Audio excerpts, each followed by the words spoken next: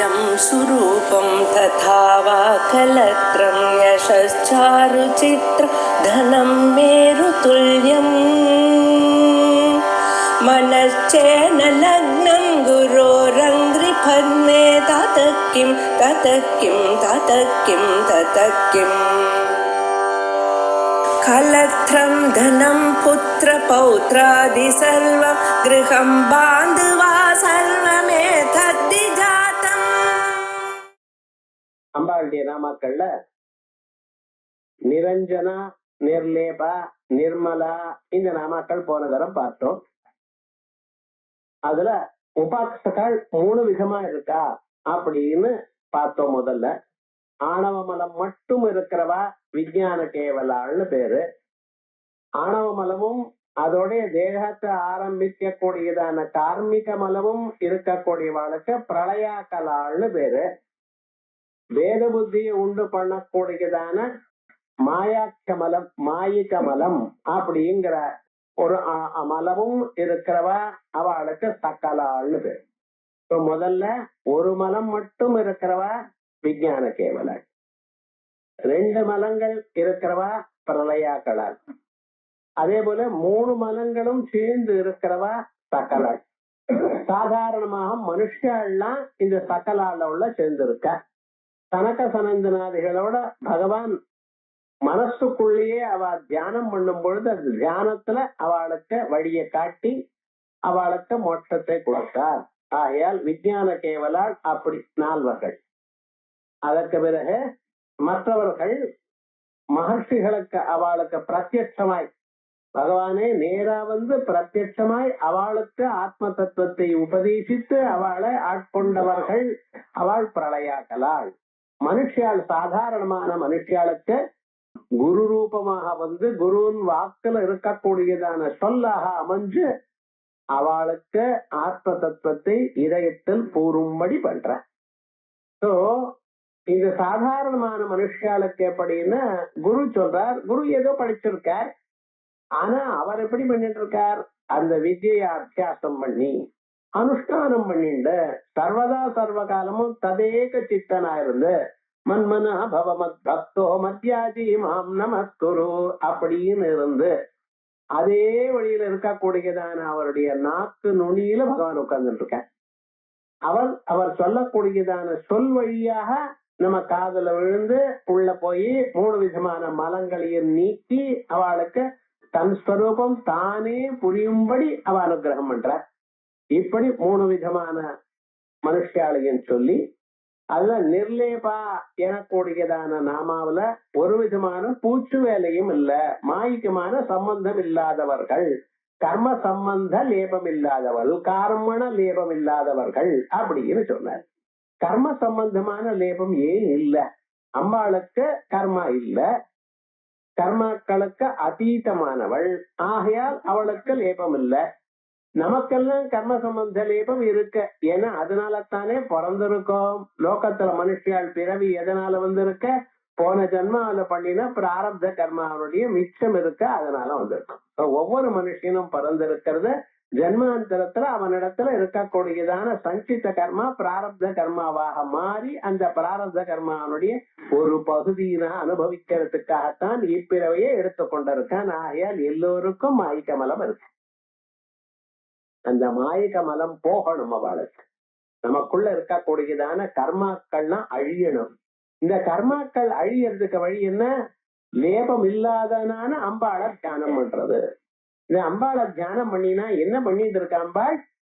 உங்க ஹதயத்துல சதா தத்பாவ பாவிதா அம்பாளையே நினைத்து கொண்டிருப்பதனால் அவ என்ன பண்ணிட்டு இருக்கா? அந்த மனசுல பூந்துண்டு மனசுல ஞானத்தை வரும்படி பண்ற. அது இன்னைக்கு நாளைக்கு சொல்ல முடியுமா? இல்ல.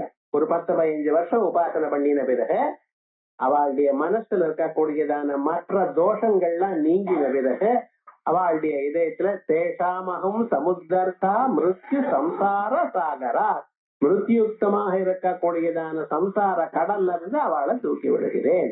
எப்படி? அவளுக்குள்ள அந்த ஞான தீபத்தை ஏற்றி வச்சு ஞான தீபேன பாஸ்வதா ஒழிக்கக்கூடியதான ஞான தீபத்தை அறிவொளியை அறிவு ஒளி, அறிவொளியை ஏற்றி வச்சு அவளுக்கு அஜ்ஞானத்தை போகும்படி பண்ணுகிறேன். எப்பொழுது அஜ்ஞானம் போகிறதோ அஜ்ஞானத்தினால் உண்டான கர்மாக்கள் எல்லாம் போயிடுறது. கர்மாக்கள் போயிடுத்துன்னா மறுபிறவி இல்லை. மறுபிறவி இல்லைன்னு சரீரம் கீழே விழுந்ததுமே அம்பாளோட ஐக்கியமாகிறான். அப்படிங்கிற ஒரு ஸ்வரூபத்தை நிர்லேபாங்கிற நாமாவில நம்ம பார்த்தோம். அதற்கு பிறகு நிர்மலா அப்படிங்கிறது என்ன? மலம்னு சொன்ன முக்கியமான மலம் எது? ஆணவ மலம். ஆணவ மலத்து மேலதான் கார்மிக மலம், அதுக்கு மேல இருக்கக்கூடியது காயிக மலம். இந்த ஆணவ மலம்ங்கிறது இன்னர் ரிசஸ் மைண்ட்ல இருக்கு. நமக்கு தெரியாமலேயே நான் உயர்ந்தவன் எனக்கூடியதான எண்ணம் இருக்கு. அத பார்க்கணும், கொஞ்சம் கவனிக்கணும். எப்படி உயர்ந்தவன்? பல ஆஸ்பெக்ட்ல வரலாம். நான் அழகா இருக்கேன்னு சில பேருக்கு இருக்கலாம், நான் பணக்காரன்னு சில பேர் இருக்கலாம், நான் நல்லா பேசுவேன்னு சில பேருக்கு இருக்கலாம், நான் என்ன பாடுவேன்னு சில பேருக்கு இருக்கலாம், இல்ல நிறைய சக்தி என் நடத்தல இருக்குன்னு சில பேருக்கு இருக்கலாம். அவளுடைய அசாதாரணமான குணங்கள் சொல்ல முடியாது. எப்படிப்பட்டதான சந்தர்ப்பம் இருந்தாலும் நான் ஜெயிச்சுட்டு வருவேன்னு சில பேருக்கு இருக்கலாம், ஒண்ணுமே இருக்காது இருக்கு. இப்படி ஒரு அபிப்பிராயம் இருக்கலாம். யார் என்ன பண்ண முடியும் என்ன அப்படின்னு கர்வத்தோடையும் சில பேருக்கு இதுதான் ஆணவமலம்னு பேர். ஒண்ணு ஞாபகம் வச்சுக்கணும், நீங்க என்னென்ன பண்றீங்களோ வாழ்க்கையில எல்லாம் அம்பாள் போட்ட பிச்சுன்னு என்ன இருக்கணும். நான் கண்ணால பாக்குறேன், காதால கேட்கிறேன், மூக்கால முகறேன், அல்லது ஒரு கையால எழுதுறேன்னு சொன்னா எப்பொழுதுமே அந்த அம்பாளுடைய அனுகிரகத்தினால தான் வரும். அதே போல இந்த குருநாதருடைய அனுகிரகத்துலதான் யோந்த பிரவிஷ்யமவாசமிமம் பிரசுப்தாம் சஞ்சீவயத்யகிலசக்திதரஸ்வதாம்னு உள்ள பூந்துண்டு அவர் வேலை செஞ்சுட்டு இருக்காருங்கிற ஒரு எண்ணம் மனுஷாளுக்கு வரணும். இப்படிப்பட்டதான எண்ணம் வறுமையானால் அவ கர்வம் வராம இந்த ஆணவ மலம் கிட்ட வராம இருக்கணும். நமக்கு தெரியாம அப்படித்தான் எல்லாம் ஆட்டாட போதியாட்ட 100 தடவை நமஸ்காரம் பண்ண கைய வாய பொத்திட்டு அப்படியே நிற்பான். அது உள்ளூர் அகங்காரம் இருக்கு. அதுக்கு யாரு பாத்துக்கிறது? அவனவனே அவனுக்கு பாத்துக்கணும். இன்னொருத்தர் இதுக்கெல்லாம் இன்னொருத்தர் சர்டிபிகேட் எல்லாம் கொடுக்க முடியாது. நான் அகங்காரம் இல்லாம இருக்கேன்னா நிஜமா எனக்கு தெய்வ பக்தி இருக்கா இல்ல குரு பக்தி இருக்கான்னு அவனவனே அவன் பாத்துக்கணும். அந்த குரு பக்தி தெய்வ பக்தியானது அவருக்கு மேலும் மேலும் உயர்வை கொடுத்து கொண்டே இருக்கும். நம்ம இது என்ன பண்ணிட்டோம் ஆயிடுத்துன்னு இல்ல, எப்பொழுதும் ஒரு கொடுத்துட்டே இருக்கும். அப்படிப்பட்டதான ஆணவ மலமும் இல்லாததான ஒரு நிலை அது நமக்கு வரணுங்கிறதுக்காக தான் நிர்மலா அப்படின்னு. நிர்மலா ஆணவமல அபாவவதி, ஆணவ மலம் இல்லாதவள். மலஹா ததாத்மா ததபாவவதி, அதனால அப்படி இல்லாதவள். அதனால என்ன விவகாரம்? எப்பொழுதுமே ஒரு விதமான மலமும் இல்லாதான ஒரு நிலையை அடையக்கூடியதான ஒரு ஸ்வரூபம். அதற்கு பிறகு முக்த ஜீவஸ்து லட்சியேவா, முக்த ஜீவன் இருக்கானே, ஞானம் வந்த பிறகு ஜீவன் முக்தன்னு சொல்றோமே அவனுக்கு மலம் இல்ல. கார்ம மலம் பிராரப்த கர்மா சிறிதளவுக்கு இருக்கும், அதான் சரீரம் நிக்கிறது. ஜீவன் முக்தனா இருக்கிறவனுக்கு ஞானம் வந்தாச்சு, சஞ்சித கர்மா போயிடுத்து, ஆகாமி கர்மா ஒட்டாது, நாளைக்கு பண்ணக்கூடியதான கர்மா இனிமேல எப்பொழுதும் ஒட்டாதவருக்கு பிராரப்த கர்மா 90% போயிடுது, கொஞ்சம் அப்படி நிக்கிறது. அந்த ஜீவன் முக்தனுக்கும் நிர்லேபா, வேற லேபம் இது மேல கர்மா வராதோ இல்லையா. அதனாலதான் சூத்திரக்காரர் சொல்லும் பொழுது எப்படி அவன் அந்த ஸ்வரூபத்தை அறந்ததுமே அஸ்லேஷ விநாதவ், மேல இருக்கக்கூடியதான கர்மாக்கள் ஒட்டாது, இனிமேல் அவன் பண்ணக்கூடியதான புண்ணிய பாப கர்மாக்கள் அவனை ஒட்டாது, முன்னால பண்ணினதான ஞானம் வருவதற்கு முன்னால பண்ணினதான கர்மாக்கள்லாம் அழிந்துவிடும். தததிகம உத்தர பூர்வாதையோ அஸ்லேஷ விநாசௌ தத்வியபதேசாத் அப்படிங்கிறார் பிரம்மசூத்திரத்துல. ஆகையால் இனிமேல இவைக்கு ஒட்டாது. அதனால அவர் எப்படி ஜீவன் முக்தனோ நிர்லேபந்தான், எந்த கர்மா பண்ணினாலும் அவருக்கு ஒட்டாது. அதனால முக்த ஜீவஸ்து லட்சயேவா நித்திய முக்தா இத்தியனேனவா தன்னிராசா. இங்க மட்டும் இல்ல, மேல நித்திய முக்தான்னு ஒரு நாமா சொல்ல போறேன். அந்த நாமாவிலையும் இந்த ஆணவ மலம் இல்லை கார்மிக மலம் இல்லைன்னு சொல்ல போறேன். இப்படி யத்வா நித்திய சுச்சினஹா மாலின்ய பிரம ஆதாயகத்வாத் அவித்யைவ மலஹா. நித்தியமா நித்திய சுத்தா நித்திய புத்தா நிரவத்யா நிரந்தரா அப்படின்னு நித்திய சுத்தமான ஒரு ஸ்வரூபம். நம்ம ஆத்மா இருக்க அது எப்பொழுதும் சுத்தமானது, அதுல அழுக்கு ஒட்டாது. ஆகாசத்துக்கு அழுக்க ஒட்டுறதோ, ஆகாசம்னு ஸ்பேஸ் ஏதோ வானம் மேல இருக்குன்னு பாக்காதீங்க, ஆகாசம்னு சம்ஸ்கிருதத்துல சொன்னா ஸ்பேஸ் அர்த்தம். இந்த ரெண்டு செவருக்கு நடுவுல ஆகாசம் இருக்கு, ஸ்பேஸ் இருக்கு. அதுல ஏதாவது ஒட்டுமோ? ஒண்ணும் ஒட்டாது. அதை நீங்க கத்தியால வெட்ட முடியாது. ஒரு செவர் வேணா நட்டத்தை எழுப்பலாமே தவிர அது ஆகாசத்தை கத்தியால வெட்ட முடியாது. அதுல ஒரு விதமான ஒரு வாசனையோ உருவமோ எதுவுமே ஒட்டாது அந்த ஆகாசத்துல. ஆகாசத்திலேயே ஒட்டாதுன்னா ஆகாசத்தை உண்டு பண்ணின அம்பாள் இடத்துல ஏதாவது லேப்பம் வருமா? ஒரு விதமான சம்பந்தமும் வராது. ஆயா நித்திய சுத்தியா இருக்கிற அந்த ஆத்மாவில மனுஷியா பாருங்க, அந்த ஆத்மா தான் உங்க இடத்துல இருக்கு. இருந்தாலும் நம்ம என்ன நினைச்சிட்டு இருக்கோம் தெரியுமா? எப்பொழுதுமே ஏதோ தோஷம் இருக்கா போலயே நம்ம நினைக்கிறோம். நான் குண்டா இருக்கேன், நான் ஒல்லியா இருக்கேன், என் உடம்பு சரியா இல்ல, ஏதோ கவலை இருக்கு மனசுல. மனசுல என்ன கவலை இருக்குன்னு அது சொல்ல மாட்டேங்கிறான். ஏதோ புடுங்கிறது சாருங்கிறான். அவன் என்ன பண்றது? உள்ளூர் மனசுல ஏதோ பண்ணிட்டு இருக்கு. என்னையா சொல்ல தெரியல. ஞாபகம் வச்சுக்கணும், மனுஷியாளுடைய மனசுல எவ்வளவு அகாதமான துன்பம் இருக்குன்னு அவாவாளுக்குத்தான் தெரியும். அன்னன்னைக்கு தூங்கி மறந்து போயிடுறோம். மறுபடியும் ஞாபகம் வருது. அப்ப எப்போ ஒரு நாளைக்கு ஞாபகம் வருது, சின்ன வயசுல இப்படி இருக்கணும்னு நினைச்சேன், என்ன பண்ண சொல்றேன்? ஒண்ணுமே ஆகாது. ஒவ்வொருத்தருடைய மனுஷியாளுடைய ஒரு ஸ்வரூபமும் இன்னதுன்னு சொல்ல தெரியல. ஆனாலும் அதுக்கு மேல என்னை காப்பாத்துறதுக்கு ஒரு தெய்வம் இருக்கு, எனக்குரியதான பக்தி உங்களுக்கு இருக்குமையானால், எப்படிப்பட்டதான துன்பம் இருந்த போதிலும் என்னையும் காப்பாற்றுறதுக்கு ஒரு தெய்வம் இருக்கு அப்படிங்கிற ஒரு எண்ணம் உங்களுக்கு இருக்குமே. ஆனால் குரு தானா ஓடி வர வந்து அவருடைய கருணார்திர ஹிருதயத்தினால உங்களுக்கு நல்ல வார்த்தையை சொல்லி நல்ல வழியை சொல்றார். அப்போ நம்ம என்ன பண்ணோம்னா அந்த குரு சொன்ன வார்த்தையை மறந்து போயிட்டே இருப்போம். 90% மறந்து போயிடும். அது கூடாது. முக்கியமான என்ன வார்த்தை சொன்னாலும் அதை அனுஷ்டானம் பண்ணிட்டே இருந்ததையும் க்ஷேமமா இருப்பேன் அப்படிங்கிற ஒரு விவகாரம் வந்ததுனால நித்திய சுச்சியா இருக்கக்கூடிய எப்பொழுதும் சுத்தமா இருக்கிறது. சில பதார்த்தங்கள் எவர் பியூர், எப்படி கங்கா ஜலம், அது சுத்தமான பதார்த்தம்னு வச்சுட்டு இருக்கோம். ஹிமவத் பர்வதம், அது ஒரு தோஷமும் வராது. அந்த ஹிமாலய பர்வதத்துல அந்த பனி இருக்கு பார்த்தல, அந்த பனி கரைஞ்சுட்டே இருக்கு, புதுசா புதுசா வேற பனி வந்துட்டே இருக்கு, நித்திய சுத்தம் அப்படின்னு சொல்ற. அதே போல பசும் பால் நித்திய சுத்தம். இப்படி சில பதார்த்தங்களுக்கெல்லாம் நித்திய சுத்தம்னு நம்ம வச்சுட்டு இருக்கோம். அதே மாதிரியே நித்திய சுத்தமா இருக்கக்கூடியதான இந்த ஆத்மஸ்வரூபத்துல ஒரு விதமான தோஷமும் வராது. ஆனா தோஷம் இருக்குன்னு கருதுவது எதனால அப்படின்னா அஜ்ஞானத்தினால, தெரியாத்தனத்தினால நாம் இப்படி இருக்கோம் அப்படி இருக்கோம்னு நினைக்கிறோம். ஆனால் அந்த அவித்யங்கிறது அம்பாளுடைய அனுகிரகத்தினால போயிடுறது. அமாலின்ய பிரம ஆதாயகத்வாது அவித்யைவ மலஹா. இங்க அவித்யாத்தான் மலம், அறியாத்தனம் தான் மலம். மனுஷியாளுக்கு என்ன அறியாத்தனத்தினால எதோ பண்ணிட்டு இருக்கா. எது நல்ல வழியோ, எது வேதம் சொல்றதோ, எது பெரியோர்கள் அனுஷ்டானம் பண்றாலோ அதை விட்டு விட்டு வேற விதமா போறோம். பாருங்க, வஸ்திர தாரணத்துல இருந்து ஆரம்பிச்சு நம்ம எப்படி மாறி போயிட்டோம். கம்ப்ளீட்டா மாறி போயிட்டோமே. அது சொல்றதுக்கு வழி மனுஷியாள் இல்ல. அதே போலயே முகத்துல விபூதியோ நாமமோ ஏதோ ஒண்ணு வச்சுக்கணும். ஸ்திரீகளா இருந்தா குங்குமம் வச்சுக்கணும். அது வெச்சுக்கிறதுக்கு வெக்கப்படுறான் எல்லாரும்.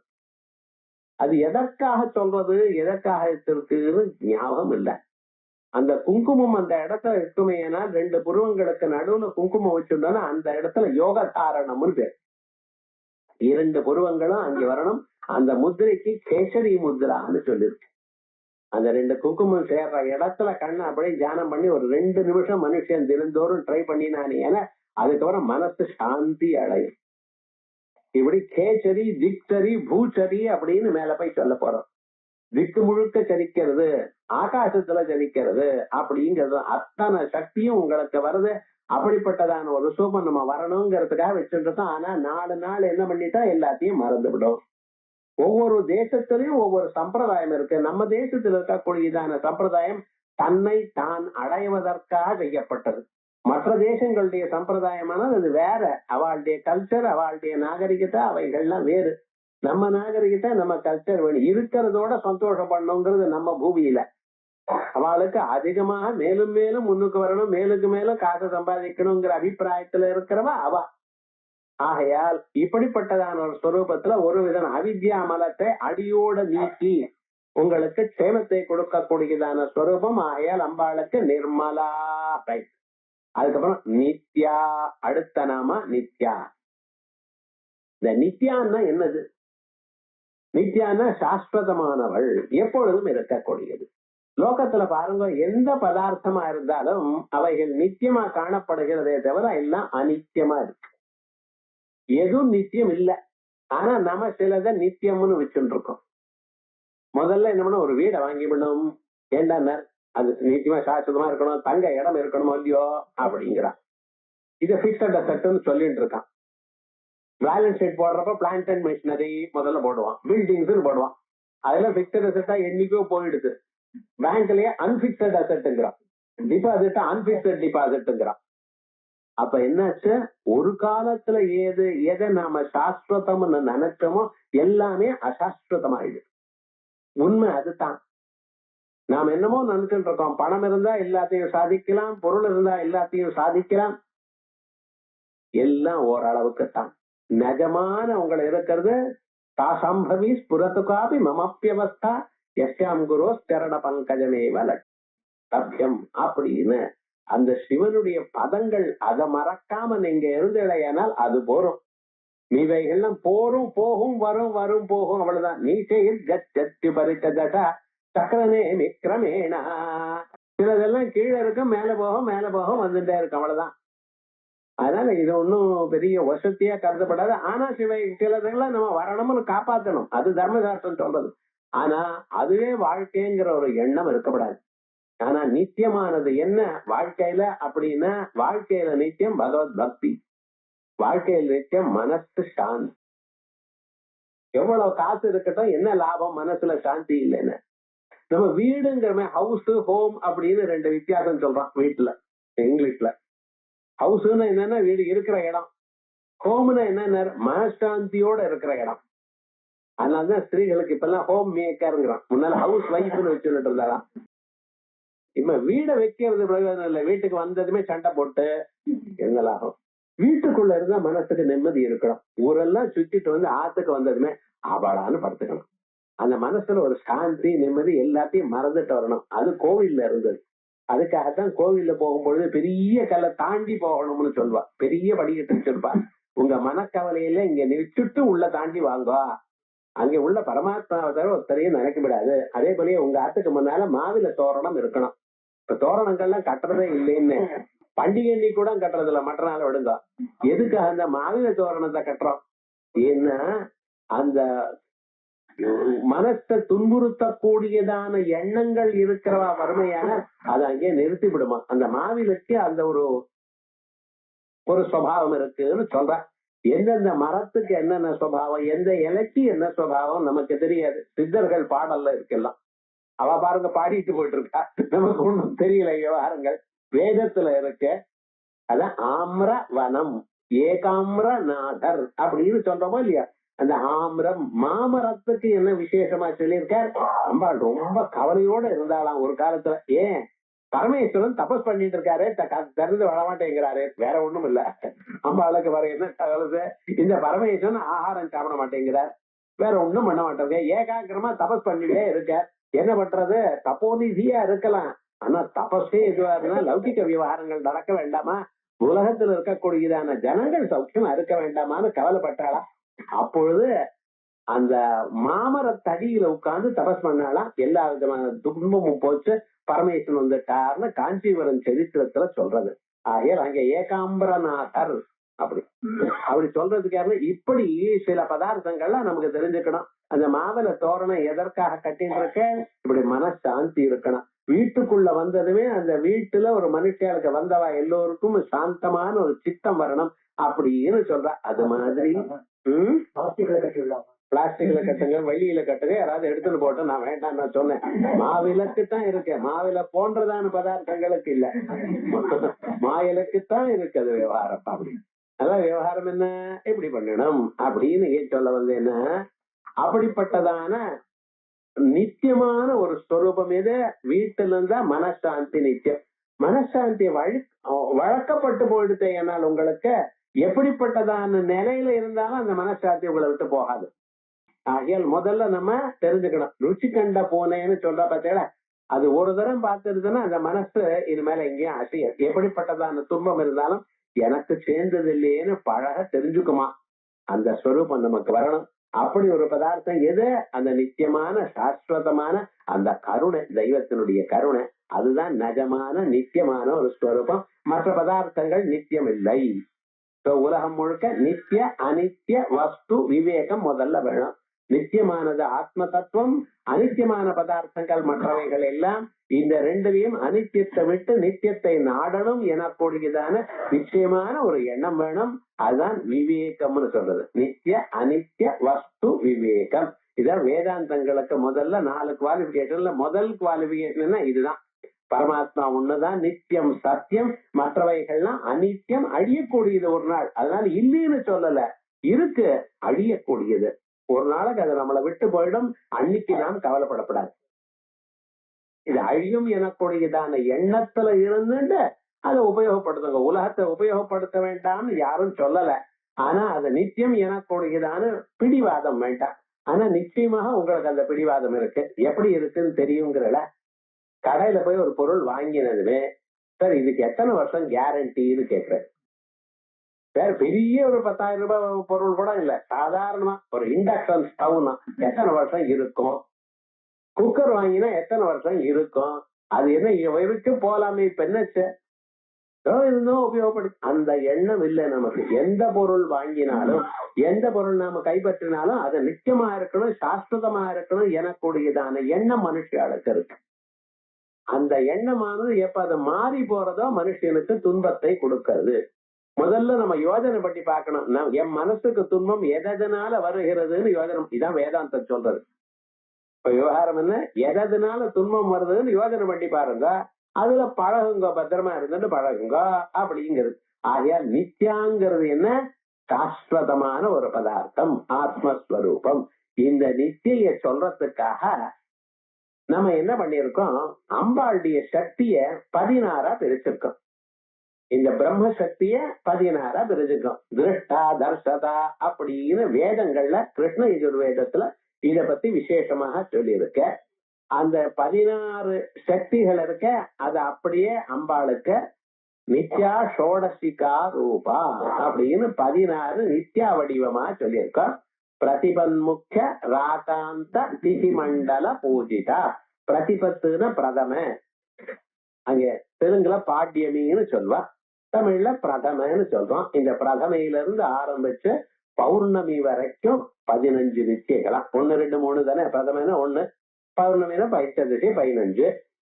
அந்த இந்த 15க்கும் சாதாரணமாக ஒரு அனுசியூதமாக ஒரு நித்தியம் இருக்க, அதுக்கு மகா நித்தியான்னு சொல்லுவோம். இப்ப உங்க கையில வளை இருக்க, மோதிரம் இருக்க, செங்கில் இருக்க, எல்லாமும் தங்கத்தினால செய்யப்படும். தங்கம் எங்க இருக்குன்னு கேட்டான்னு சொல்லுவேன், எல்லாத்துலயும் இருக்கா இல்லையா? அதே மாதிரி எல்லாத்துலயும் இருக்கக்கூடியதான ஒரு ஸ்வரூபம் சக்தி. கண்ணுல பார்க்கும் திறமை, காதுல கேட்கும் திறமை, மூக்குல முகரும் திறமை, காலில் நடக்கும் திறமை இருக்கு. ஆனா எல்லா திறமையும் சேர்ந்து உள்ள பிராண ரூபமா ஒண்ணு இருக்கு. அந்த பிராணன் இதோட சம்பந்தப்பட்டாதான் இது வேலை செய்யறது. அதே மாதிரியே 15 நித்யா தேவிகளுக்கும் 15 சக்திகள். இந்த சக்திகளுக்குள்ள இருக்கக்கூடியதான ஒரு ஸ்வரூபம் சாதா கலா, சாதாரிணி கலா. அதுக்குதான் மகாநித்யான்னு சொல்லுவோம்.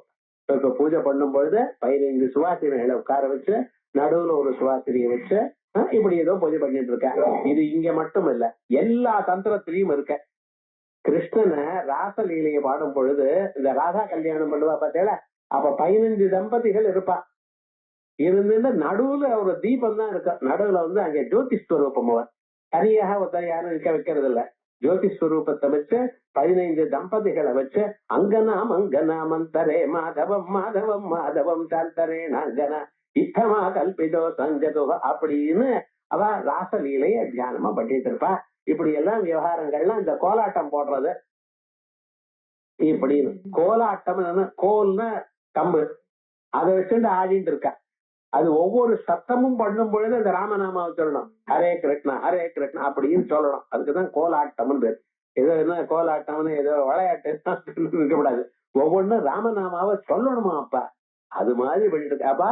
அதுலயும் இருக்கு. இப்படி நீங்க பார்த்தீங்கன்னா நிறைய விஷயங்கள்ல இது எல்லா உபாசனையிலையும் இருக்கு. அம்பாளுடைய உபாசனையில மட்டும் இல்ல, கிருஷ்ணோபாசனத்திலையும் இருக்கு, ராமோபாசனத்திலையும் இருக்கு, வாமனோபாசனத்திலையும் இருக்க இவைகள்லாம் தந்திரங்கள்ல விசேஷமா சொல்லியிருக்க. ஆனா அனுஷ்டானங்கள்ல இப்ப குறைஞ்சு போயிட்டு இருக்க. இப்படிப்பட்டதான 15 நிச்சயங்கள் இருக்க. 15 நிச்சயங்கள். இந்த நிச்சயங்களை பத்தி நாம முன்னால் ஒரு நாமாவ பார்த்து விட்டோம். இப்ப மறந்து போயிருக்கோம்.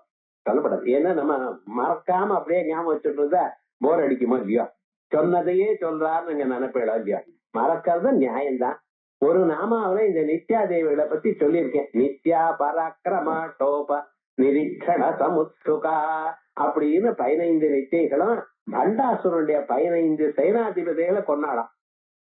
அவ கொண்ட தீர பார்த்துட்டு இங்க சாட்சிணை விஜயதே தவ மொத்தேக அப்படின்னு சாட்சி ஸ்வரூபமா அம்பாள் இருக்கா. நடுவுல இந்த நித்யா தேவிகள்லாம் அத்தனை சைனாதிபதிகளும் ஒரே சமயத்துல யுத்தத்துக்கு வந்துவிட்டாங்க. பண்டாசுரனுடைய சைனாதிபதிகள் 15 பேர்களும் சேர்ந்து யுத்தத்துக்கு வரும் பொழுது அம்பாள் என்ன பண்ணினா 15 நிச்சயங்களை தயார் பண்ணி அந்த நிச்சயங்கள்னால யுத்தம் பண்ண வச்சாளா. அந்த நிச்சயங்கள்லாம் யுத்தம் பண்ணினது பார்த்து சந்தோஷப்பட்டாளா. ஆகையால் அந்த ஸ்வரூபத்துக்கு நித்யா பராக்கிரமாட்டோப நிரீட்சண சமுத்சுகான்னு சொன்னோம். அப்படின்னா அது அங்கே இன்னைக்கோ நடந்த கதை இல்ல. இப்பொழுது நமக்குள்ள மனசு ஏதோ ஒண்ணு நினைக்கிறது, ஒண்ணு பண்றது, இன்னொரு தீர்மானம் பண்றது, ஒரு காரியத்தை பண்ணினா அது ஒரு சந்தோஷம் ஏற்படுறது. இது போல மனசுக்கு வரக்கூடியதான பல சந்தோஷங்களையும் பல விஷயங்களையும் பார்த்து உள்ள இருக்கக்கூடியதான ஆத்மா இவைகளுக்கெல்லாம் சந்தோஷப்படுறியா, க்ஷேமமா இரு அப்படின்னு சொல்லிட்டு இருக்கான். உங்க வாழ்க்கையில மேலும் மேலும் விருத்தி வரும் பொழுது, நம்ம எதிர்பாராத விஷயங்கள் வரும் பொழுது ஒரு சந்தோஷம் உள்ள வருது பார்த்தீங்களா, இது அம்பாளுடைய அனுகிரகம். இதான் நித்யா பராக்கிரமாட்டோப நிரீட்சண சமுத்சுகா அப்படின்னு. அப்படிப்பட்டதான நிச்சயங்கள்ல ஒரு 10 நிச்சயங்களை விசேஷமாக இங்கே எடுத்திருக்கோம். இந்த லலிதா சஹஸ்ரநாமத்துல எல்லா நிச்சயம் எடுக்கல, 10 நிச்சயங்களை எடுத்திருக்கோம். அந்தந்த நாமா வரும் பொழுது சொல்லுவேன் என்னென்ன நிச்சயங்களை எடுத்திருக்கோம் அப்படின்னு. அந்த 10 நிச்சயங்களுடைய நாமாக்களை அம்பாள் என்ன பண்ணிருக்கா, என்னமாவா இருக்கணும், ஜுவாலாமாலினி இப்படிப்பட்ட நிச்சயங்கள்லாம் எடுத்துட்டு இருக்கோம் நம்ம. அவன் மீதி நிச்சயங்கள்லாம் வேண்டாமா அம்பாளுக்குன்னு சொல்லப்படாது. ஏன்னா அந்த நாமா இன்னொரு நாமாவோட சேர்ந்து இருக்கு. ஆகையால் அந்த நாமாக்கள்ல அதோட சேர்ந்து இருக்குங்கிறதுக்காக 10 நாமாக்கள் தனியா இருக்கு. இது ஒரு ரிசர்ச். லலிதா சஹஸ்ரநாமத்தை படிச்சு எத்தனை நிச்சயங்கள் இருக்கு, எந்தெந்த நாமாக்கள் இருக்கு, எத்தனை நிச்சயங்களை எடுக்கல, தம்பேரா எடுக்கல, ஏன் எடுக்கல, இப்படி எல்லாம் அப்படி விசேஷமாக அந்த எடுத்த நிச்சயங்கள்ல நித்யான்னு சார், நித்யான்னு ஒருத்தர் பேரு சார் விவகாரம். அந்த 10 நிச்சயங்கள்ல 15 நிச்சயங்கள்ல நித்யான்னு பேர். ஒருத்தருக்கு அப்படி ஒரு பேர். என்ன விவகாரம், இப்ப எல்லாம் பேர் வச்சுக்கிற பார்த்தா எல்லாத்துக்கும் ஒரு ஸ்ரீய மாட்டிடுற. மாதா ஸ்ரீ, அம்பா ஸ்ரீ அப்படின்னு. எதுக்காக ஸ்ரீ பார்த்தணும்?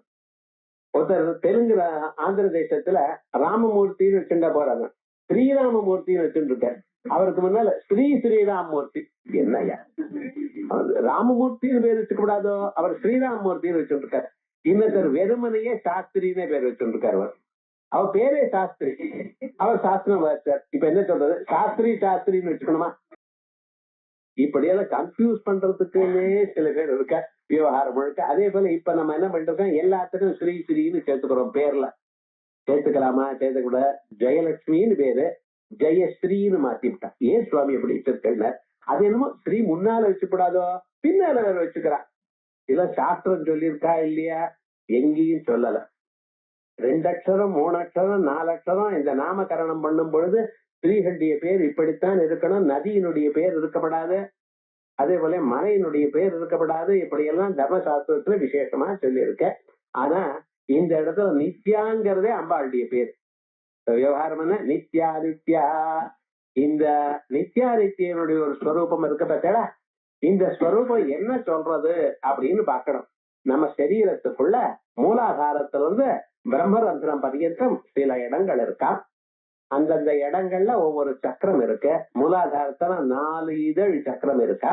மேல சுவாதிஷ்டானம், அங்கிருந்து 2 அங்குலத்துக்கு மேல இருக்கக்கூடியதுல சுவாதிஷ்டானத்துல 6 இதழ் தாமரை இருக்கு.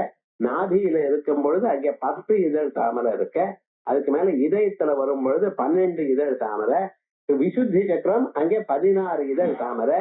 அதே போல உங்களுடைய 2 புருவங்களுக்கு நடுவுல 2 இதழ் தாமரை இருக்கு. இப்படின்னு சக்கரங்கள் இருக்கா. இந்த இடத்தெல்லாம் என்ன இருக்குன்னா டாக்கினி, காக்கினி, லாக்கினி, ராக்கினி, சாக்கினி, ஆக்கினி அப்படிங்கிற யோகினிகள் அங்க இருக்க. இந்த யோகினிகள்லாம் சேர்ந்து ஆசா காலாராடான்னு வரும் இவைகளுடைய ஒரு ஆர்டர்ல. இதோட அந்த பாலா மந்திரத்தை சேர்த்து நித்யா மந்திரம் அமைஞ்சிருக்கு. இந்த நித்யான்னு என்ன அர்த்தம்? இந்த 6 சக்கரங்கள்லயும் 6 யோகினிகள்னாலையும் வழிபடக்கூடியதான சைத்தன்ய ஸ்வரூபம், சுஷும்னா நாடியில நடுவுல இருக்கக்கூடியதான ஆத்ம சைத்தன்ய ஸ்வரூபம் அப்படின்னு சொல்றதுக்காக நித்யா நித்யா. ஆகையா நித்யா நித்யாங்கிற மந்திரத்தை நம்ம ஆலோசனை பண்ணும் பொழுது இப்படிப்பட்ட ஒரு ஸ்வரூபம். ஆகையால் நீங்க நித்தியமா சாஸ்வதமாக ஆனந்தமாக இந்த சரீரத்துல இருக்கணும் அப்படிங்கறதுக்காகத்தான் நித்யா நித்யான்னு சொல்லியிருக்கு. அப்படி விசேஷம், அது விசேஷமான நித்யாஸ்வரூபம். அப்படியாவும் இருக்கலாம். நித்யா காலத்திரையே அபாத்தியா, முக்காலத்திலையும் அழியாதது. தேனா இப்படி சொன்னதுனாலேயே கணிக விஜானமேவ ஆத்மா இது ஔத்பாதிக வாக்கிய நிராசா.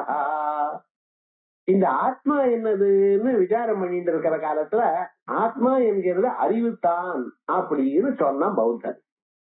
இந்த அறிவுத்தானா இல்லையான்னு சொல்றதுக்கு அவன் ஏதோ வாய்க்கு வந்தபடி பேசல. ஞாபகம், சாஸ்திரக்காரால் எழுப்பவே எப்ப பேசினாலும் அதுல ஒரு உபபத்தி இருக்கணும், ஒரு யுக்தி இருக்கணும். நான் முழித்து கொண்டிருக்கும் பொழுது பல பொருள்களை பார்க்கிறேன், தூங்க போறேன், தூங்கினதுமே ஒரு ஸ்வப்னம் வருது, ஸ்வப்னத்துல யானை, ஒட்டக, குதிரை ஏதேதோ பாக்குறேன். திடீர்னு ஒருத்தர் சொன்னார், இதே காலமான எங்க அப்பா ஸ்வப்னத்துல வந்தார் சார், உயிரோட இருக்கிறத யூஸ் பண்ணார், போன பிறகு யூஸ் பண்ணாருங்கிறல அப்படின்னு சொல்லக்கூடாது. ஏதோ வந்தார், இவருக்கு பயம் வந்துருச்சு.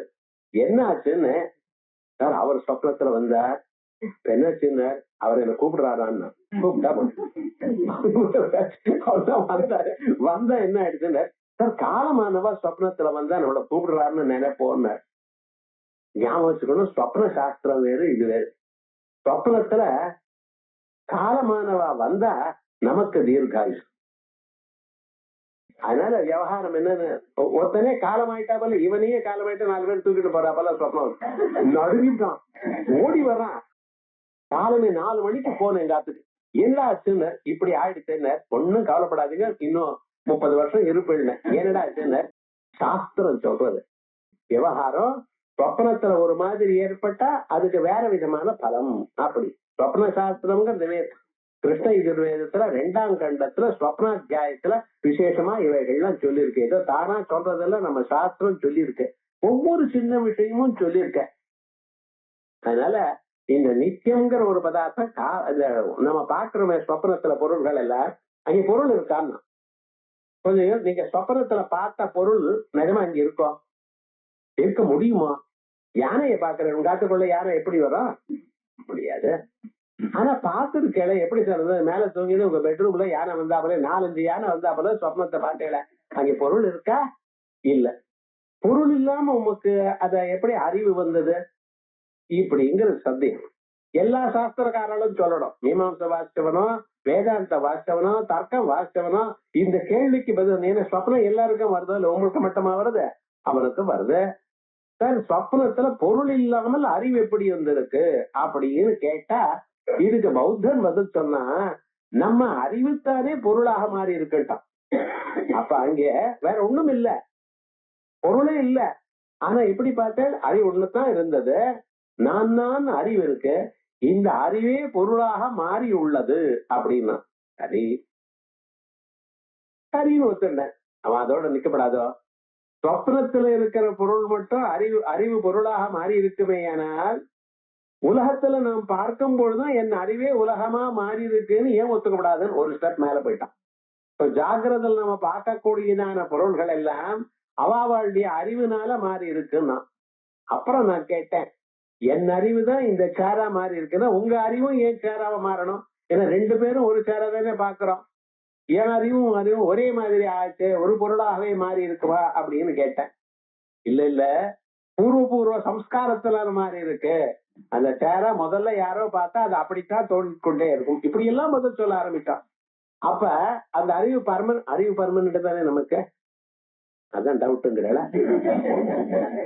ஏன்னா எப்போ வாசிச்ச பொருள் எல்லாம் மறந்து போச்சு.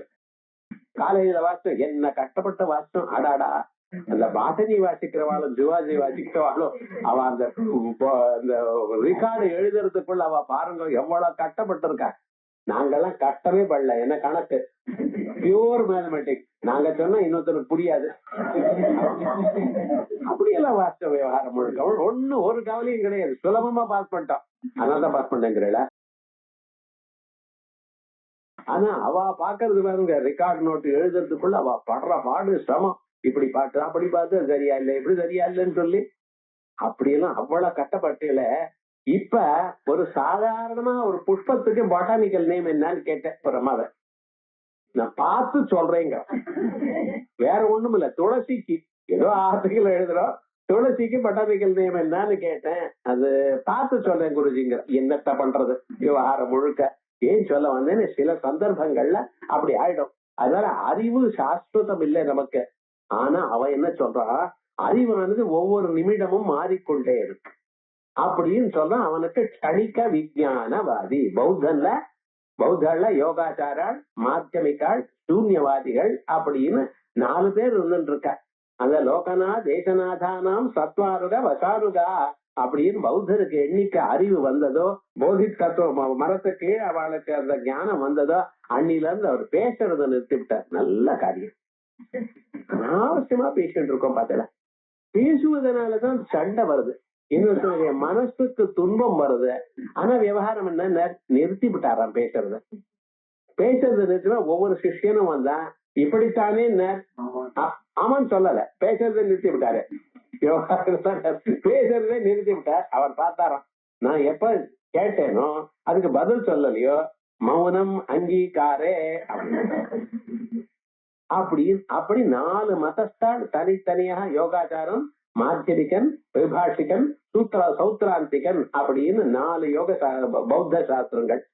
இந்த 4க்கும் காரணம் அவர் இப்படி வாய முழுண்டு இருந்ததுதான். இப்படின்னு விசேஷமாக தர்ம பதம், அதுக்கு தம்ம பதம்னு சொல்றான். அத பாலி பாஷையில தம்ம பதம்னு பேரு. இப்படி அந்த கிரந்தங்கள் இருக்கு. அப்படிப்பட்டதான விஞ்ஞானவாதம் இருக்க பார்த்தல, அது தப்புன்னு சொல்றதுக்காக அம்பாள் நித்யான்னாலாம். இந்த நித்யான்னு சாஸ்வதமானது, க்ஷணிக விஞ்ஞானம் இல்லை, அது ஆத்மா இல்லை. ஆத்மா சாஸ்வதமாக காலத்தை கடந்தது, முக்காலத்துல உள்ளதுன்னு சொல்லாதீங்க. முக்காலத்துனா பாஸ்ட், பிரசன்ட், ஃபியூச்சர் அவ்வளவுதான் சொல்லிட்டு இருக்கேன். நேத்திக்கு பாஸ்ட், நாளைக்கு ஃபியூச்சர். ஆனா எங்க அம்பாள் எப்படி இல்லை, நேத்திக்கு நாளைக்கு இல்ல, இந்த உலகமெல்லாம் உண்டாகிறதுக்கு முன்னால, என்னைக்கு சூரியனும் சந்திரனும் உண்டாகலையோ அதுக்கு முன்னாலேயும் அம்பாள் இருக்கா. பிரளய காலத்துல சூரியனும் சந்திரனும் போன பிறகு கான்செப்ட் ஆஃப் டைம்ங்கிறத இல்லாத சமயத்திலயும் அம்பாள் இருக்கலாம்.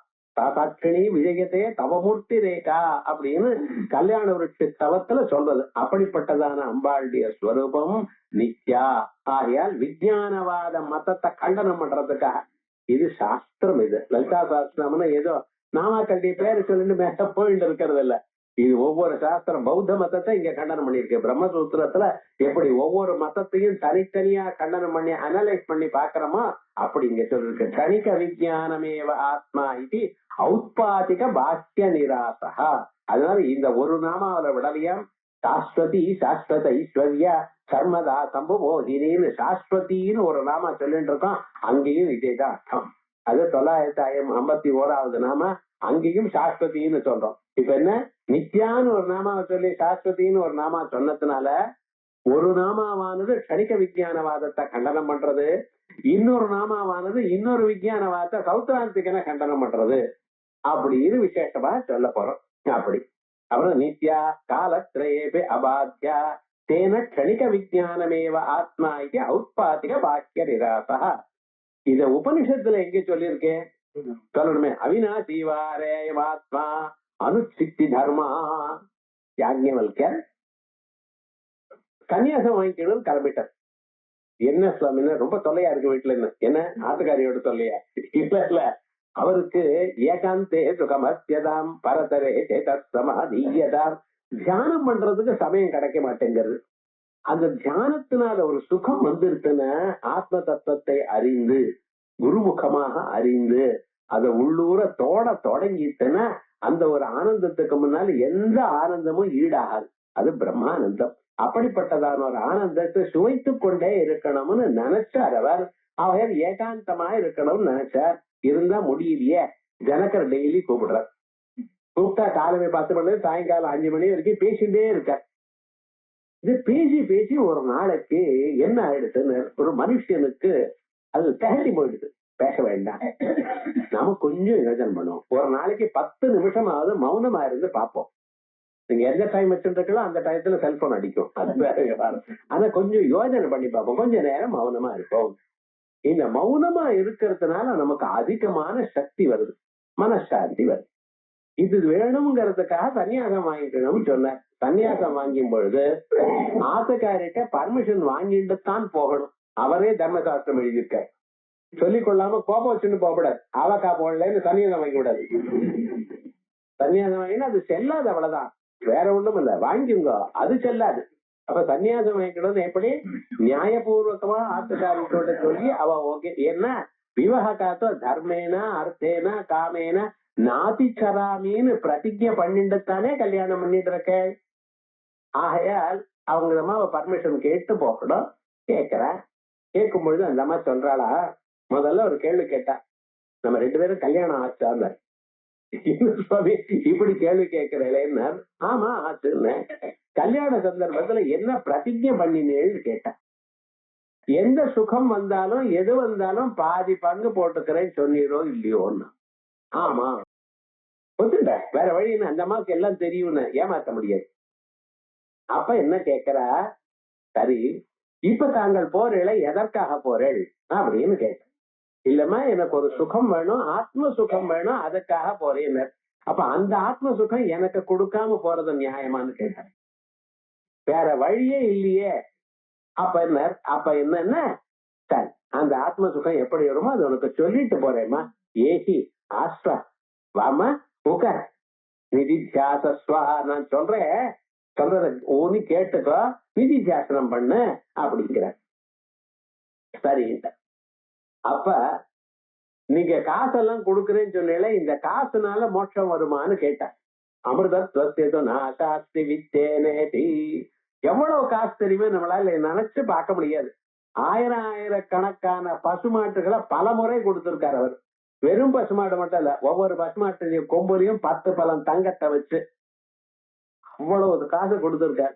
ஆனாலும் அத்தனையும் வச்சுட்டு வேண்டான்னு உதறி தள்ளிட்டு போல. நமக்கும் ஏதோ வைராக்கியம் இருக்குன்னு நம்ம நினைக்கிறோம், பேரளவுல வைராக்கியமே தவிர ஏதாவது ஒரு 4 கீழே விழுந்துருச்சுன்னா அதுக்கு 10 மணி நேரம் தேடுறான் சார். இருக்கா இல்லையே நம்ம தான் பாத்துக்கணும் வைராக்கியம். இன்னொருத்தர சொல்லி லாபம் இல்ல, அவர் சொல்ல வேண்டாம். நமக்கு பொருள்கள்ல எவ்வளவு ஆசை இருக்கு, அது போற மனசு கவலைப்படுறதுன்னு நம்ம தான் பாத்துக்கணும்.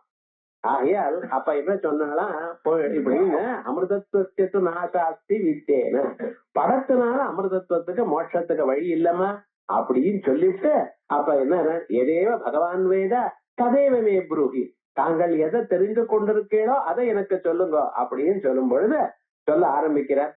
அப்ப என்ன ஏதோ பாருங்க, ஆத்மனிவா கலோ அரே திருட்டே ஸ்ருதே மதே விஜாதே இதம் சர்வம் விதிதம் பவதி நவாரே பத்யு காமாய பதி பிரியம் பவதி ஆத்மன காமாய பதி பிரியோ பவதி அப்படின்னு ஆரம்பிச்சு, மனுஷனுக்கு உலகத்துல சந்தோஷம் உள்ளதான் ஆத்மாவனாலத்தான் கிடைக்கும், வேற எதனாலையும் கிடைக்காது அப்படின்னு சொல்லி, சித்தி காலத்திலையும் உற்பத்தி காலத்திலையும் அந்த ஆத்மாவில இருந்தா எல்லாம் வருது. ராத்திரி நீங்க தூங்குறேன், காலம் கண்ணு காது மூக்கு நாக்கு எல்லாமே வெளியில வருது.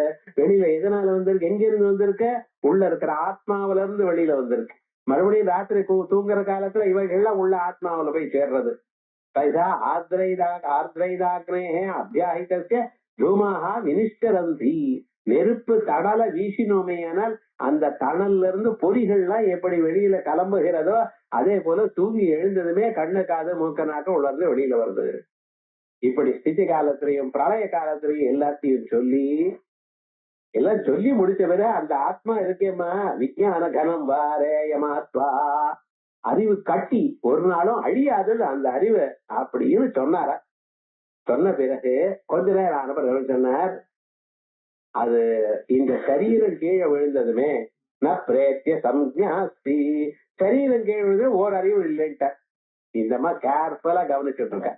முதலே சொல்லுங்க, ஸ்திரீனாம் அசிட்சித படுத்துவம், ஸ்திரீகளிடத்துல பேசுறப்ப கரெக்டா இருக்கணும். நீங்க தானே 10 வருஷத்துக்கு முன்னால இப்படி பேசினேள்பா. உங்களுக்கு எல்லாம் மறந்து போயிருக்கும். படிக்காத காலத்திலேயே ஸ்திரீகள் அப்படின்னா, இப்ப படிக்கிறப்பவே எம்ஏ சர்டிபிகேட்டோட பிறக்கிற ஸ்திரீகள், பெண் குழந்தைகள். புருஷாள் தான் ரொம்ப எது முடியும், பேட்டோட பிறக்கிறான் இவன். என்ன பண்றது அப்படின்னா லோக்கத்துல இருக்க. அப்படி பாருங்க, அந்த அம்மா திருப்பி கேட்டாளா, இதற்கு முன்னாலத்தானே விஞ்ஞானகரம் வாரே மாத்மா அழியாதது அறிவு கட்டின்னு சொன்னேல, இப்ப நப்ரேத்திய சந்நியாஸ்தி மரணானந்தரம் அறிவில்லைன்னு பேசினேல, அறிவு கட்டியாக அழியாத அறிவா இருக்குமையானால் ஏன் மரணானந்தரம் அறிவில்லைன்னு திருப்பி கேட்டான். பார்த்தாரு. அலம் வாரே இடம் விஞ்ஞானாயா, நான் சொன்னது போருன்ட்டாரு. கரெக்டாக சொல்லணுமா வேண்டாமா? அலம்பாரே இனம் விஞ்ஞான போர் நான் சொன்னது கேட்டு யோஜனை பண்ணி கொண்டார். அப்ப சொல்ற, அது யோஜனை பண்ணா புரியாது, நீங்க தான் சொல்லணும். அவினாசிவாரே அயமாத்மா அனுச்சித்தி தர்மா. அப்பா, இந்த ஆத்மாவானது ஒரு நாளும் அழியாதப்பா, அது நித்தியம். அனுச்சித்தி தர்மா, அதுக்கு உச்சேதம் இல்ல. ஆனா மரணானந்தரம் ஏன் போறது தெரியல அறிவுன்னர். மரணானந்தரம் அறிந்து கொள்வதற்கு வேண்டியதான மனது இங்க இல்ல. நாம் மனது வழியாக அறிகிறோம், ஆகையால் மனது இல்லை, புலன்கள் இல்லை. ஆனா ஆத்மா எங்கும் இருக்கு. மரணானந்தரம் ஆத்மா இங்கேத்தான் இருக்கு, எங்கேயும் போகல. ஆத்மா சர்வ வியாபகம். ஆகாசம் எங்கேயாவது விட்டு போயிடுமா? ஸ்பேஸ் எங்கேயாவது போயிடுமா? குடம் பிறக்கிறதுக்கு முன்னாலேயே ஸ்பேஸ்ல தான் குடம் பிறந்திருக்கு. நான் குடத்தை பண்ணி அதுக்குள்ள இடவெளிய விடல, ஞாபகம் சொல்லுவார். அதே போல ஆத்மா எப்பொழுதும் இருக்கு.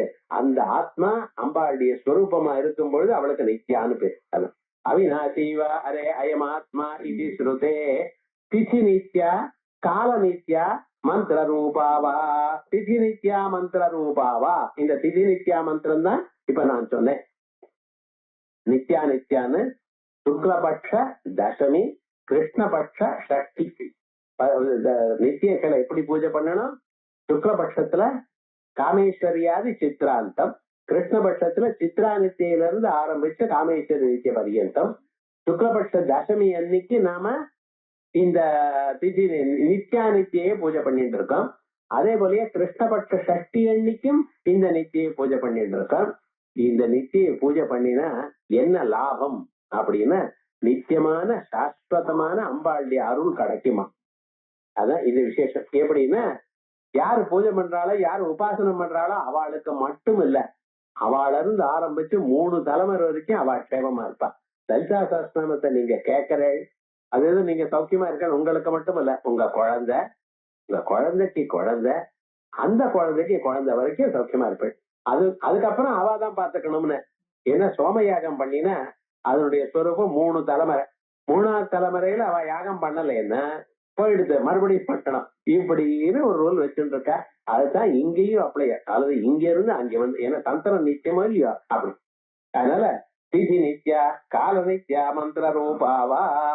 சரி, இதுக்கப்புறம் இந்த நித்யாங்கிற ஒரு நித்யா ஒரு நாம எடுத்து, நிராகாரா நிராபுலா. நிராகாரா உருவமற்றவள். என்ன சார்து? சதுர்புஜே சந்திரகலாவதம்சே அருணாம் கருணாதரங்கிதாட்சின்னு நாங்க தினந்தோறும் பூஜை பண்ணிட்டு இருக்கோம், அம்பாளை தியானம் பண்ணிட்டு இருக்கோம். நீங்களும் கிளாஸுக்கு முன்னால சிந்தூராரண விக்கிரகம்னு சொல்றேன், ஒரு உருவமும் இல்லைங்கிறீரே, முன்னும் பிறடா பேசுறேன்னு. இல்ல, நிஜமாக உருவம் இல்லை, தனக்கென்றதான ஒரு உருவம் இல்லை. எந்த உருவத்தை தாங்கள் நினைத்தாலும் அவ்வுருவத்தில் வரக்கூடியவள். தனக்கென்று நிஜமான ஒரு உருவம் இல்லை. காத்துக்கு உருவம் உண்டோ? இல்ல. ஆனா பெலூன்ல பூனை மாதிரி, டியூப்லைட் மாதிரி, ஆப்பிள் மாதிரி பெலூன் போடுறான், அதுக்குள்ள காத்து தானே இருக்கு. காத்துக்கு தனித்ததாக உருவம் இல்லாத போனாலும் எந்த உருவத்தை போட்டா அந்த உருவம் வரதா இல்லையா? ஜலம் இருக்கு, அந்த தீர்த்தத்தை கமலத்துல விட்டாலோ தட்டுல விட்டாலோ பேசின்ல விட்டாலோ அது அந்த உருவத்தை எடுத்துக்கிறதா இல்லையா? இதெல்லாம் தெரியுது, சாசனா மட்டும் புரியல. தனக்கென்ற உருவம் இல்லாத போனாலும் எந்த உபாதி எப்பொருள் இருக்கோ அப்பொருளுடன் சேரும் பொழுது அந்த உருவத்தை எடுத்துக் கொள்ளலாம். ஆகையால் ஒரு உருவமே பலவாக ஆகும். ஏகச்சந்திர சத்விதீயவது அப்படின்னு ஆச்சாரியால் பிரம்மசூத்திர பாஷ்யத்துல. உபனிஷத்து என்ன சொல்ற தெரியுமா? யதாக்கியம் ஜோதிராத்மா விவஸ்வான் அபோ பின்னா பௌதைகோனு கச்சன். சூரியன் ஒருவர் தான் 1000 ஜலபாத்திரத்துல 1000 சூரியன் காணப்படுறாரோ இல்லையோ, அதே போலயே மேல இருக்கிற சூரியன் அசையல, ஜலபாத்திரத்தில் இருக்கிற ஜலம் அசைஞ்சால் அதுக்குள்ள இருக்கிற சூரிய பிரதிபிம்பம் அதை அசைகிறது. அதே போலயே பரமாத்மா ஒரே வடிவம் தான். அந்த பரமாத்மா வாயு ரூபமா இருக்கும் பொழுது எங்கேயுமே அலைகிறார். மாதரிஸ்வயதி. இந்த ப்ராப்ளம் டிராபிக் ஜாம் எல்லாம் அப்படியே ஓடுறவர் அவருக்கு மாதரிஸ்வாரு காத்துக்கு. இப்படி பழைய நாள்லயே வேதத்துல சொல்லி இருக்குன்னு நம்ம பாக்குறது. அக்னி எந்த பொருள் இருந்தாலும் அந்த பொருள் உருவத்தை எடுத்துக்கொண்டு எல்லாத்தையும் எரிப்பார். இப்படிப்பட்டதான ஸ்வரூபம் இருக்கிறதுனால அம்பாளுடைய ஸ்வரூபம் சைத்தன்ய வடிவம், சுத்த பிரம்ம வடிவம். ஆகையால் அம்பாள் நிராகாரா. ஞானம் வருவதற்காக வந்த நாமாக்கள் இப்ப நான் சொல்லக்கூடியதான 8 நாமாக்கள் முன்ன சொன்னேனோ இல்லையோ, அந்த நிராதாரா நிரஞ்சனான்னு ஆரம்பிச்சு 8 நாமாக்கள் வேதாந்தைக்க பிரதிபாத்தியமான நாமாக்கள். ஆகையால் நிராதாரமாக இங்க எப்படி இருக்கா, நிராகாரா, ஒரு ஆகாரம் இல்லை. இது எதற்காக சொன்ன இந்த நாம அம்பாள் ஏன் இருக்க? பௌத்தாள்ல 4 மதம் இருக்கா இல்லையா, அந்த சௌத்ராந்திக மதத்துல என்ன சொல்லிருக்கார், நாலெட்ஜ் ஹஸ் அ ஷேப் அப்படின்ட்டான். அறிவுக்கு உருவம் உண்டு அப்படின்ட்டான். அந்த உருவத்தோட கூடினதான அறிவு பொருளாக காணப்படுகிறதுன்னு அவன் சொன்னான். அது இல்லப்பா, அறிவுக்கு உருவம் இல்ல. அர்த்தேன விசேஷோகி நிராகாரதயாதியாம். உங்க மனசு ஒரு மாதிரி தான் இருக்க, அது அந்த பொருளுக்கு தக்கவாறு மனசு மாறுகிறது. பொருளுக்கு இருக்கிற ஒரு ஆகாரம் மனசுல அறிவுக்கு இல்லை அப்படின்னு சொல்லணுமா. இப்ப தெர்மாமீட்டர் பார்த்திருக்கேன், அல்லது பிளட் பிரஷர் மிஷின் பார்த்திருக்கேன். இந்த டாக்டர் பார்த்திருக்கேன், உங்க காத்துல இருக்கிறது இல்ல, அது எலக்ட்ரானிக்னா அதை விட்டுனா அங்க உள்ள இருந்து இருக்கக்கூடியது அந்த பொருள் மேல அப்படியே போறதோ இல்லையோ, போய் ஒரு இடத்துல நிக்கிறது, மறுபடியும் விட்டா கீழே வந்துடுறது. அதே மாதிரிதான் உங்க மனசும் கண் வழியாக பொருள் இருக்கிற வரைக்கும் போறதாம், மறுபடியும் அந்த பொருள் வந்து இங்க வந்துடுறதாம். சோ இது மனசனுடைய சேஷ்டையே தவிர மனசுக்குள்ள ஆத்மாவுல சேஷ்டை இல்லை. மனசுல பிரதிபிம்பித்ததான ஆத்மாவனுடைய உருவம் இல்லை, ஆத்மாவுக்கு உருவம் இல்லை அப்படின்னு சொல்லணுங்கிறதுக்காக இந்த நாம நிராகாரான்னு. இது என்ன, சாகார பௌத்த மத நிராகரணார்த்தம். நமக்கு ஆத்ம தத்துவம் எப்படி இருக்கு, அம்பாளுடைய ஸ்வரூபம் எப்படி இருக்குன்னு நமக்கு புரியணும். அதுக்காக சொல்ற சாகார விஞ்ஞானவாதி மாத்தியமிக நிராச. அவனுக்கு மாத்தியமிகன்னு பேர். இந்த மாத்தியமிகன்னு 4 வகையில பௌத்தால ஒருத்தர். அவளுடைய கொள்கை தப்பு. ஏன், ஆகாரஸ்ய சகுண ரூபஸ்ய, இந்த ஆகாரம்ங்கிறது சகுணமான ஒரு ரூபம். கல்பிதத்வாத் நிராகாரா, எந்த உருவத்திலையும் அம்பாள் வருவா. நீங்க தியானம் பண்ணி இப்படித்தான் வரணும்னு நிர்பந்தம் இல்லை. நீங்க நிஜமாக மனசை விட்டு அம்பாளை தியானம் பண்ணலையானால் ஏதோ ஒரு உருவத்துல உங்களுக்கு தோணுவா, நிச்சயமா காட்சி கொடுப்பா. நமக்கு அதுல அறியறதுக்கு சக்தி இல்லையே தவிர நிச்சயமா நீங்க பார்க்கலாம், இந்த கண்களுடைய அம்பாளை பார்க்கலாம். அதான் பாகவதத்துல சதுர்த்தம் விஷ்ணு பாகவதே தவைன தேவாசுர மத்தியதிரியங் நஸ்திரீ நகண்டோ நபுமன்ன விதந்து நாயம் குண கர்மன சன்ன சாசன் நிஷேதசேஷோ ஜெயதாதசேஷா நவைன தேவா தவைன தேவாசுர மத்தியதிரியங். சஹா, அந்த பரமாத்மா தேவாள், அசுராள், மனுஷியாள், பசுபட்சாதிகள் இவைகள்லயும் இருக்கார். ஆனா இவைகளுக்கு அப்பாற்பட்டவர். நஸ்திரீ நகண்டோ நபுமன்ன ஜந்து, பெண்ணுன்னு சொல்ல முடியாது, ஆணுன்னு சொல்ல முடியாது, அல்லது புமான்னு சொல்ல முடியாது, ஜந்துன்னு சொல்ல முடியாது. நாயம் குண கர்மன சன்ன சாசன், குணமாகவும் அவர் இல்ல. கருப்பாகவோ வெளுப்பாரோ நீளமாகவோ குட்டையாகவோ இந்த குணமும் அவர் இல்ல. ந கர்மா, நடக்கிறவர் போறவர் வரவர் இவைகள்லாம் அவர் இடத்துல இல்ல. இந்த செயல் ஒண்ணுமே அவர் இடத்துல இல்ல. எப்படி இருக்கார், நிஷேதசேஷா ஜெயதாதசேஷா நிஷேதசேஷா. இது இல்ல இது இல்ல இது இல்ல என்ற உலகத்துல இருக்கிற எல்லா பொருளையும் கண்டனம் பண்ணிவிட்டு அப்புறம் என்ன மிஞ்சி இருக்கோ அது உலகத்துல இருக்கிறதால இல்ல, இது இல்ல இது இல்லைன்னு எதை சொல்வை, எதை வெளியில இருக்கோ அதெல்லாம் இதுன்னு சொன்னா இதுன்னு அர்த்தம். வெளியில இந்த இது என்று சொல்லக்கூடியதான உலகத்தில் இருக்கிற பொருள்களை எல்லாவற்றையும் இது இது என்பதை தள்ளிவிட்டேனால் கடைசியில இன்னொரு பொருள் எஞ்சி நிற்கிறது, அது உள்ள இருக்கிற ஆத்மா. இதை நீங்க என்னைக்கு இதுன்னு சொல்ல மாட்டேன். கோபம் வந்தாலும் இந்த கட்டைன்னு சரீரத்தை சொல்வேளே தவிர ஆத்மாவை இதுன்னு என்னைக்காவது சொல்றா, அந்த ஆத்மாதான் பிரம்மம். நிஷேதசேஷோ ஜெயதாதசேஷா, நேத்தி நேத்தின்னு எல்லாவற்றையும் நீக்கின பிறகு எது மெஞ்சி நிக்கிறதோ ததேகோவசிட்ட சிவ கேவலோகம். அப்படிப்பட்டதான பரம மங்களமான ஒரு ஸ்வரூபம் அதான் அம்பாளுடைய ஸ்வரூபம். இத சொல்றதுக்காகத்தான் நிராகாரா அப்படின்னு இருக்கு. அதுக்கப்புறம் நிராகுலா, நம்ம மனசுல இருக்கக்கூடியதான கலக்கத்தை நீக்கிறவள் அம்பாள். எப்படிப்பட்டவள்? மனசு இருக்கிற கலக்கத்தை நீக்கணும். கலக்கமானது எப்படி வருது? இவையெல்லாம் விசேஷமாக இருக்கு. எத்தனை விதமான கலக்கங்கள் இருக்கு, அந்த கலக்கங்கள் ஏன் வந்தது, அத போறதுக்கு வழி என்ன, இத்தனையும் சொல்றார். மேல இத அடுத்த புதன்கிழமை அற்புதமா பார்ப்போம். ஹரி ஓம்.